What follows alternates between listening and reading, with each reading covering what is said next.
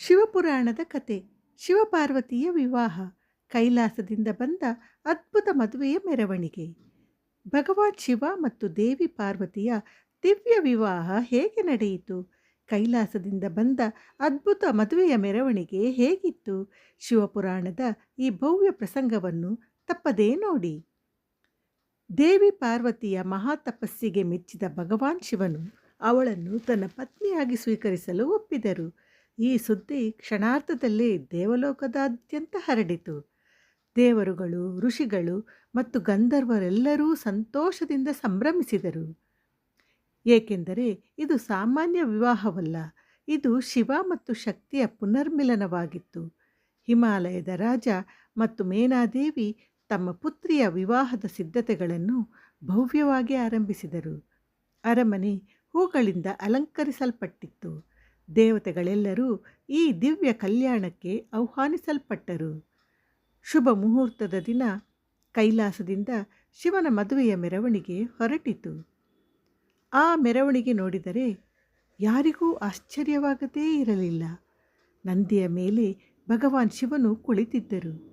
ಅವರ ಜೊತೆಗೆ ಭೂತಗಳು, ಪ್ರೇತಗಳು, ಗಣಗಳು, ಯಕ್ಷರು, ಕಿನ್ನರರು, ನಾಗರು, ಸಿದ್ಧರು ಎಲ್ಲರೂ ನೃತ್ಯ ಮಾಡುತ್ತಾ ಬರುತ್ತಿದ್ದರು.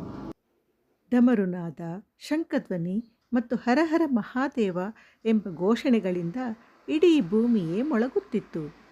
ಈ ವಿಚಿತ್ರ ಮೆರವಣಿಗೆಯನ್ನು ಕಂಡು ಹಿಮಾಲಯನ ಅರಮನೆಯವರು ಮೊದಲು ಬೆಚ್ಚಿಬಿದ್ದರು. ಮೇನಾದೇವಿ ಕೂಡ ಒಂದು ಕ್ಷಣ ಗಾಬರಿಯಾದಳು.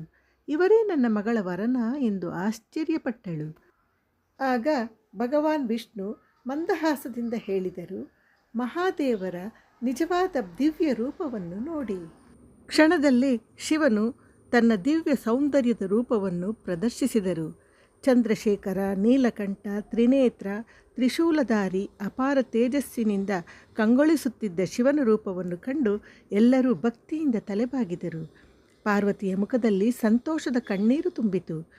ವಿವಾಹ ಮಂಟಪದಲ್ಲಿ ಬ್ರಹ್ಮದೇವರು ವೇದ ಮಂತ್ರಗಳನ್ನು ಪಠಿಸಿದರು. ಭಗವಾನ್ ವಿಷ್ಣುವು ಕನ್ಯಾದಾನದ ವಿಧಿಯಲ್ಲಿ ನೆರವಾದರು. ದೇವತೆಗಳು ಆಕಾಶದಿಂದ ಪುಷ್ಪವೃಷ್ಟಿ ಮಾಡಿದರು. ಗಂಧರ್ವರು ಮಂಗಳ ಗೀತೆಗಳನ್ನು ಹಾಡಿದರು. ಅಪ್ಸರೆಯರು ನೃತ್ಯ ಮಾಡಿದರು. ಶಿವನು ಪಾರ್ವತಿಯ ಕೊರಳಿಗೆ ಮಂಗಳಸೂತ್ರ ಕಟ್ಟಿದರು. ಇಬ್ಬರು ಅಗ್ನಿಯನ್ನು ಸಾಕ್ಷಿಯಾಗಿ ಸಪ್ತಪದಿ ತೊಳೆದರು. ಆ ಕ್ಷಣದಲ್ಲಿ ಆಕಾಶದಿಂದ ದಿವ್ಯ ಪ್ರಕಾಶ ಹರಡಿತು. ಇಡೀ ದೇವಲೋಕವೇ ಒಂದೇ ಧ್ವನಿಯಲ್ಲಿ ಘೋಷಿಸಿತು, ಹರ ಹರ ಮಹಾದೇವ್, ಓಂ ನಮಃ ಶಿವಾಯ. ವಿವಾಹದ ನಂತರ ಶಿವ ಪಾರ್ವತಿ ಕೈಲಾಸಕ್ಕೆ ತೆರಳಿ ಧರ್ಮ, ಪ್ರೀತಿ ಮತ್ತು ಲೋಕ ಕಲ್ಯಾಣದ ದಿವ್ಯ ಜೀವನವನ್ನು ಆರಂಭಿಸಿದರು.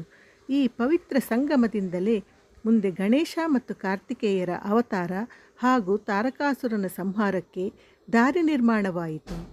ಕಥೆಯ ನೀತಿ: ನಿಜವಾದ ಪ್ರೀತಿ ಭಕ್ತಿ, ತ್ಯಾಗ ಮತ್ತು ಪರಸ್ಪರ ಗೌರವದ ಮೇಲೆ ನಿಂತಿರುತ್ತದೆ.